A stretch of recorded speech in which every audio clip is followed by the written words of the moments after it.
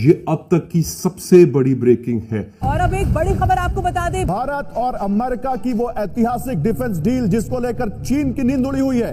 Modi is very tolerant of religion. बात समझिए, Trump और नेतन्याहू इसके जिगरी दोस्त हैं। ये दुनिया को बावर कराना चाहते हैं कि यूनाइटेड स्टेट्स भारत की जो फ्रंट लाइन है उसे मजबूत कर रहा है पाकिस्तान के खिलाफ। और भारत के साथ बड़ी बड़ी डील्स आर्म्स हो जाना, पाकिस्तान कहाँ है खित्ते में इस सुपर पावर के सामने, और क्या भारत ही वो करीबी है जो वो हासिल करना चाहता है इन फ्यूचर, वो स्टेटस हासिल कर लेगा। मोदी का तो फैसला हो गया है। आप मोदी की हरकतें देखें, क्या वो $6 बिलियन के लिए S-400 सिस्टम नहीं दिया? क्या $3 बिलियन के लिए हेलीकॉप्टर और सरफेस टू सरफेस मिसाइल नहीं दिए? क्या फ्रांस से वो राफेल फाइटर्स नहीं दिया है? ये किसके लिए लड़ रहा है? आप समझते हैं ये चीन के खिलाफ? अमेरिका झूठ कह रहा है कि इसको हम चीन अगर अमेरिका इनको चीन के लड़ने के लिए हथियार दे रहे हैं, ये इसके हथियार हमारे खिलाफ होंगे।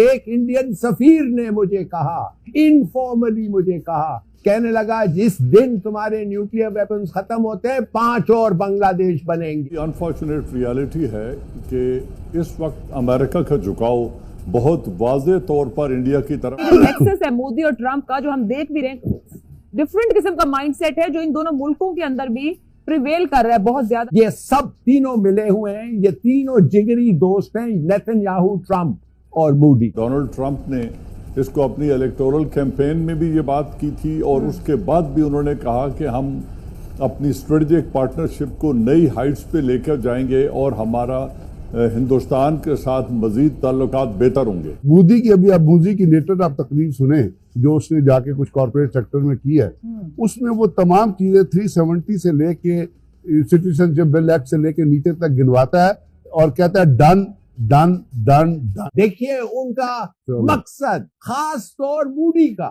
उसका मकसद is clear, it is stated. पहले हमें सिर्फ मशरक से थ्रेट होती थी, अब वही थ्रेट हिंदुस्तान अफगानिस्तान में आके बैठ गया है। तो हमें इन सब खतरात का मुकाबला करना है पॉलिटिकली, डिप्लोमेटिकली और मिलिटरीली। तो भारत के साथ जो अमेरिका ने सिर्फ आर्म डील्स की हैं, $3.5 अरब की हैं, हम कहाँ खड़े हैं?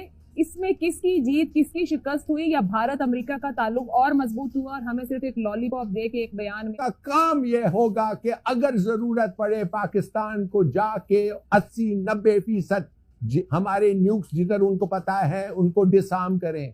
एक प्लान है उनका, मैं नहीं कहता कामयाब होगा, बट दैट्स द प्लान। ठीक है, आप किधर खड़े हुए? और इंडिया की आपस में इतनी टेक्नोलॉजिकल कोलैबोरेशन है, इतने डिफरेंट इक्विपमेंट की उनके आपस में कोलैबोरेशन है कि वो तो सब चीजें बहुत अय्या हैं। उनके अज़ाइम क्या हैं? माय पॉइंट इज दिस कि नहीं कि ये हमारे दुश्मन हैं, लेकिन अमेरिका के साथ फिर मैं कहूँगा कि हमारे मामला चलने चाहिए। कि TTP को भी सपोर्ट करता है इंडिया, और क्योंकि प्रॉक्सी वॉर लड़ता है पाकिस्तान के अंदर, अपने अज़ाइम को जो है आगे बढ़ाते हैं। और ना सिर्फ हमने ये देखा बल्कि रॉ जो है अपनी जड़ें मजबूत करने की कोशिश। ट्रंप का और हिंदुस्तान का बहुत सारे ऑर्गेनाइजेशंस को लिस्ट किया, उनमें एक में था TTP। भाई TTP तो हिंदुस्तान इस्तेमाल कर रहा है, उनको आर्म्स दे रहा है, फाइनेंस कर रहा है, प्लान कर रहा है, उनके थ्रू तो हमारे पे अटैक हो रहे हैं। और ये कम्युनिके में लिखा है कि हमें इनको कंट्रोल करना चाहिए, तो भाई निकालो उनको अफगानिस्तान में जिधर आपने उनको पनाह दिया हुआ है।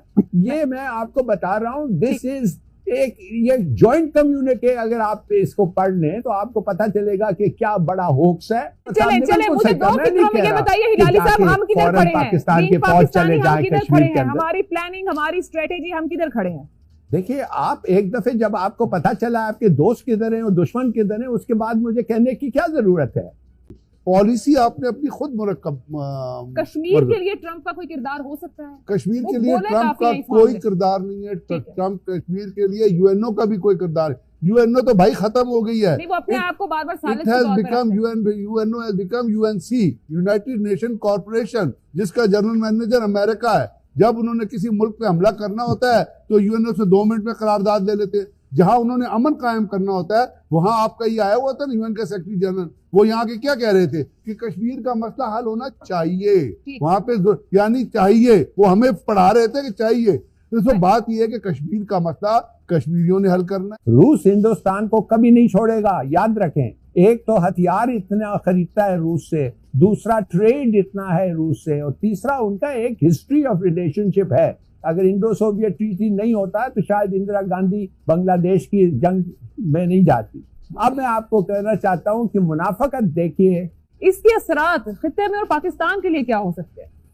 देखिए, पहले मैं ये बात को थोड़ा मजीद क्लैरिफाई कर दूं कि मैं मानता हूं कि रूस और साबिक सोवियत यूनियन का इंडिया के साथ बड़े स्ट्रेटेजिक डिफेंस रिलेशनशिप थी और जिसकी वजह से जारी बात अब बांग्लादेश भी बन गया।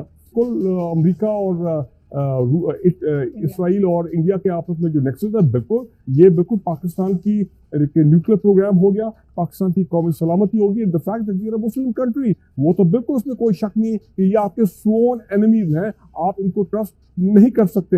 लेकिन